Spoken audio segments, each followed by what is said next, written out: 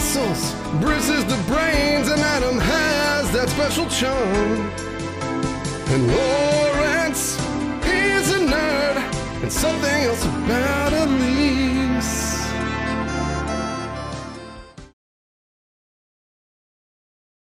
Assalamualaikum warahmatullahi wabarakatuh. Perkenalkan, nama saya Nabila Demolinda, NIM 0805 1281 924022. Di sini saya akan menjelaskan materi tentang laju pertumbuhan bakteri pada bagian pengertiannya. Jadi apa sih yang dimaksud pertumbuhan dan apa pertumbuhan bakteri sendiri? Jadi, pertumbuhan dapat didefinisikan sebagai suatu pertambahan jumlah atau volume serta ukuran sel. Pada organisme prokaryotik seperti bakteri, pertumbuhan dapat didefinisikan sebagai suatu pertambahan ukuran dan volume serta pertambahan jumlah dari bakteri itu sendiri. Pada pertumbuhan sel bakteri ini akan terjadi suatu pola pertumbuhan berupa kurva pertumbuhan sigmoid. Sebagian besar bakteri dapat tumbuh pada medium biakan buatan. Dan pada pertumbuhan akan terjadi peningkatan seluruh unsur pokok kimia sel. Pada pertumbuhan bakteri, memerlukan seluruh substansi esensial untuk melakukan sintesis serta pemeliharaan protoplasma dengan menggunakan seluruh sumber energi dan kondisi lingkungannya yang sesuai. Baiklah, mungkin itu yang dapat saya sampaikan mengenai pengertian dari pertumbuhan bakteri. Saya akhiri dengan wassalamualaikum warahmatullahi wabarakatuh. Perkenalkan, nama saya Gita Serusyana. Saya akan menjelaskan mengenai reproduksi bakteri. Reproduksi bakteri ialah perkembangbiakan pada bakteri, di mana dibagi menjadi dua cara, aseksual dan seksual. Reproduksi aseksual itu tidak melalui perkawinan, dibagi menjadi tiga cara: pembelahan binar, pertumbuhan tunas, dan fragmentasi. Itu pembelahan binar paling banyak terjadi pada bakteri. Pertumbuhan tunas, di mana tunas tumbuh mengikuti induknya dan menghasilkan sel baru. Yang ketiga ada fragmentasi. Itulah biasanya terjadi pada lingkungan yang tidak menguntungkan. Selanjutnya ada reproduksi seksual atau melalui perkawinan, dibagi menjadi tiga cara juga, ada konjugasi, transduksi, dan transformasi. Konjugasi itu pemindahan materi dari satu bakteri ke bakteri yang lainnya. Sementara transduksi itu transfer gen bakteri yang dilakukan melalui virus, ada transduksi khusus dan umum. Kemudian transformasi itu di mana bakterinya melepaskan fragmen DNA-nya ke dalam medium, kemudian akan dimasukkan ke bakteri yang lain. Baik, itu saja yang dijelaskan. Selanjutnya, pola pertumbuhan bakteri atau fase pertumbuhan bakteri akan dijelaskan oleh Arsi. Terima kasih. Oke, assalamualaikum warahmatullahi wabarakatuh. Perkenalkan, nama saya Laksamana Farizal Arsi dari kelompok mikrobiologi 2. Sini saya akan menjelaskan tentang fase pertumbuhan. Fase pertumbuhan pada bakteri dibagi menjadi 4, yaitu fase lap, fase eksponensial, fase stasioner, dan yang terakhir adalah fase kematian. Dimulai dari pertama yaitu fase lap. Fase di sini fase disebut fase penyesuaian pada media. Kenapa begitu? Karena bakteri sebelumnya diambil dari media yang berbeda sehingga pertumbuhannya masih sedikit. Yang kedua adalah fase eksponensial. Fase eksponensial di sini bakteri mulai membelah atau mulai bertumbuh cepat karena sudah sesuai dengan media mereka, sehingga fase pertumbuhannya meningkat pesat kalau dilihat di kurva itu. Yang ketiga ada fase stasioner. Nah, fase stasioner di sini fase pertumbuhan dan fase kematian pada bakteri ini seimbang sehingga tidak terjadi pertumbuhan secara signifikan atau penurunan secara signifikan. Ya, dan terakhir adalah fase kematian. Di sini fase kematian adalah fase di mana bakteri sudah mengalami kematian karena kurangnya nutrisi pada media atau tergantung pada pH media atau suhu media. Mungkin itu saja tentang fase pertumbuhan. Materi lain akan disampaikan oleh teman saya. Perkenalkan, nama saya Muhammad Rakan Aldebaran, NIM 0805 1181 924 002. Di sini saya akan menjelaskan tentang nutrisi pertumbuhan bakteri. Apa itu nutrisi? Nah, nutrisi merupakan substansi organik yang diperlukan oleh makhluk hidup untuk menjalankan fungsi normal di tubuh mereka, juga untuk pertumbuhan dan juga pemeliharaan kesehatan tubuh mereka sendiri. Nah, nutrisi ini didapatkan dari makanan dan juga cairan yang kemudian akan diakumulasi pada tubuh mereka. Pada mikroorganisme seperti bakteri, mereka membutuhkan bahan-bahan organik dan juga anorganik dari lingkungannya untuk nutrisi mereka. Bahan-bahan tersebut dapat berfungsi sebagai sumber energi, bahan pembangun sel, serta sebagai aseptor dan juga donor elektron. Secara garis besar, nutrisi pada pertumbuhan bakteri dibagi menjadi beberapa golongan.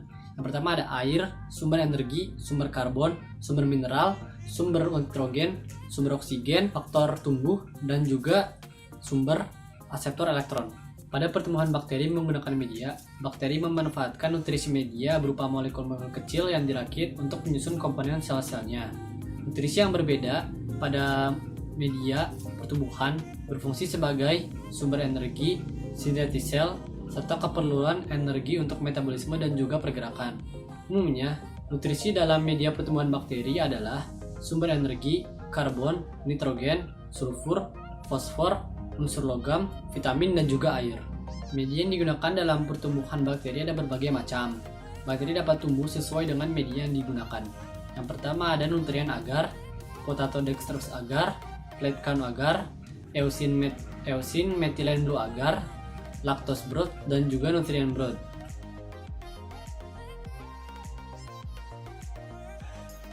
Assalamualaikum warahmatullahi wabarakatuh. Perkenalkan, nama saya Nabila Demolinda, NIM 0805-1281-924022. Di sini saya akan kembali menjelaskan materi tentang laju pertumbuhan bakteri. Dalam pertumbuhan bakteri ini memiliki syarat-syarat untuk pertumbuhannya. Syarat pertama itu memiliki sumber karbon dan nitrogen. Yang kedua memiliki kondisi atmosfer yang baik ditandai dengan adanya oksigen dan karbon dioksida. Yang ketiga adanya suhu, dan yang keempat adanya pH. Selain syarat-syarat tersebut, dalam pertumbuhan bakteri ini memiliki faktor-faktor yang dapat mempengaruhi pertumbuhannya juga. Faktor-faktor ini dibagi menjadi dua, yaitu faktor abiotik dan faktor biotik. Pada kesempatan kali ini saya akan menjelaskan faktor abiotik. Faktor biotik adalah faktor-faktor yang disebabkan oleh jasad-jasad atau mikroba dan kegiatannya yang dapat mempengaruhi pertumbuhan jasad dan mikroba lain. Nah, di alam jarang ditemukan mikroba yang hidup dalam biakan murni, tetapi ditemukan dalam keadaan berasosiasi dengan jasad lain. Faktor biotik dibagi menjadi dua, yaitu interaksi dalam satu populasi mikroba, dan yang kedua interaksi antar berbagai macam populasi mikroba. Untuk interaksi pertama itu interaksi antar satu populasi mikroba dibagi menjadi dua interaksi, yaitu interaksi positif dan interaksi negatif. Untuk interaksi positif adalah interaksi yang dapat menyebabkan peningkatan kecepatan pertumbuhan, sedangkan interaksi negatif adalah interaksi yang dapat menyebabkan penurunan kecepatan pertumbuhan dengan meningkatnya kepadatan populasi. Sedangkan yang kedua adalah interaksi antar berbagai macam jenis mikroba. Nah, dalam interaksi antar berbagai macam populasi mikroba ini dibagi menjadi 4 interaksi, yaitu interaksi netralisme, interaksi komensalisme, interaksi sinergisme, dan interaksi mutualisme. Untuk yang pertama adalah interaksi netralisme. Interaksi netralisme adalah hubungan antara dua populasi yang tidak saling mempengaruhi, sedangkan interaksi komensalisme adalah interaksi yang satu populasi mengalami keuntungan, sedangkan populasi yang lain tidak merasa dirugikan atau tidak merasa terpengaruhi. Sedangkan yang ketiga adalah interaksi sinergisme. Interaksi sinergisme adalah suatu bentuk asosiasi yang dimana memiliki kemampuan untuk melakukan suatu perubahan kimia di dalam substrat. Apabila dalam asosiasi ini melibatkan dua populasi atau lebih dalam kebutuhan nutrisi bersama, maka yang disebut dengan interaksi sintropisme. Sedangkan interaksi yang terakhir adalah interaksi mutualisme. Interaksi mutualisme adalah interaksi antara dua populasi yang saling mempengaruhi atau saling menguntungkan, di mana interaksi ini juga disebut dengan simbiosis. Baiklah, mungkin itu saja yang dapat saya jelaskan tentang faktor-faktor yang mempengaruhi pertumbuhan populasi, yaitu faktor abiotik. Untuk faktor abiotik akan dijelaskan oleh teman saya Ramadanti. Terima kasih. Wassalamualaikum warahmatullahi wabarakatuh. Assalamualaikum warahmatullahi wabarakatuh. Halo semuanya, perkenalkan nama saya Ramadanti. Di sini saya akan menjelaskan tentang faktor abiotik yang mempengaruhi pertumbuhan mikroba. Jadi faktor abiotik yang mempengaruhi pertumbuhan mikroba itu, yang pertama ada suhu. Pertumbuhan mikroba memerlukan kisaran suhu tertentu. Kisaran suhu pertumbuhan dibagi menjadi suhu minimum, suhu optimum, dan suhu maksimum. Faktor abiotik yang kedua adalah kandungan air. Setiap mikroba memerlukan kandungan air bebas tertentu untuk hidupnya. Biasanya diukur dengan parameter AW atau water activity atau kelembapan relatif. Faktor abiotik yang ketiga adalah tekanan osmosis. Tekanan osmosis sebenarnya sangat erat hubungannya dengan kandungan air.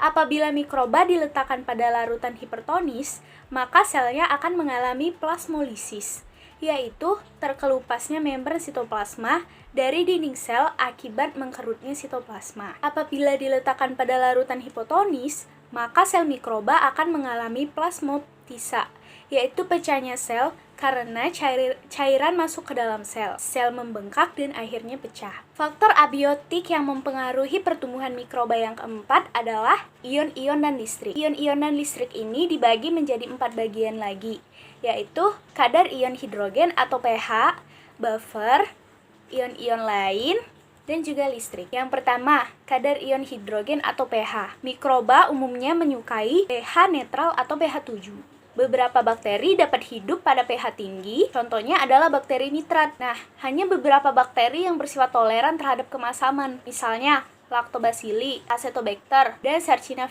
ventrisuli. Jadi, bakteri-bakteri tersebut ada yang bisa bertahan hidup di pH asam dan juga ada yang bisa bertahan hidup di pH netral. Yang kedua ada buffer. Untuk menumbuhkan mikroba, pada media memerlukan pH yang konstan, terutama pada mikroba yang dapat menghasilkan asam. Buffer merupakan campuran garam mono dan dibasik maupun senyawa-senyawa organik amphoter. Yang ketiga ada ion-ion lain. Logam berat seperti Hg, Ag, Cu, Au, dan Pb pada kadar rendah dapat bersifat meracun atau toksik. Logam berat mempunyai daya oligodinamik, yaitu daya bunuh logam berat pada kadar rendah. Selain logam berat, ada ion-ion lain yang dapat mempengaruhi kegiatan fisiologi mikroba, yaitu ion sulfat, tartrat, klorida, nitrat, dan benzoat. Ion-ion tersebut dapat mengurangi pertumbuhan mikroba tertentu. Oleh karena itu, sering digunakan untuk mengawetkan suatu bahan, misalnya digunakan dalam pengawetan makanan. Dan yang terakhir, faktor yang mempengaruhi pertumbuhan mikroba ada listrik. Listrik dapat mengakibatkan terjadinya elektrolisis bahan penyusun medium pertumbuhan. Selain itu, arus listrik dapat menghasilkan panas yang dapat mempengaruhi pertumbuhan mikroba berhubungan dengan suhu atau temperatur tadi. Nah, bedanya suhu ini berasal dari listrik. Baiklah, sekian penjelasan dari saya. Saya akhiri. Assalamualaikum warahmatullahi wabarakatuh. Assalamualaikum warahmatullahi wabarakatuh. Nama saya Wahyuni Nirmalasari Damanik. Di sini saya akan menjelaskan tentang cara menghitung pertumbuhan bakteri dalam suatu koloni.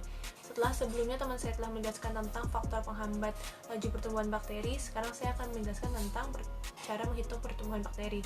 Pertama, kita harus tahu dulu apa itu pertumbuhan bakteri. Pertumbuhan bakteri merupakan suatu cara di mana kita bisa menghitung suatu koloni bakteri dalam suatu media pembiakan. Nah, gimana sih cara kita ngitungnya? Ada dua cara. Pertama, secara langsung dan secara tidak langsung. Secara langsung ini dibagi juga menjadi beberapa cara, yaitu ada membuat biakan pada preparat, yang kedua adalah dengan menggunakan counting chamber. Secara tidak langsung ada beberapa cara. Yang pertama adalah perhitungan pada cawan Petri, kedua adalah perhitungan dengan menggunakan pengenceran, yang ketiga adalah perhitungan dengan cara kekeruhan atau turbidimetri, atau bisa juga menggunakan alat yang bernama Petrov Kouser. Mungkin itu saja dari saya, kurang lebihnya mohon maaf. Terima kasih telah menonton video kelompok kami. Wassalamualaikum warahmatullahi wabarakatuh.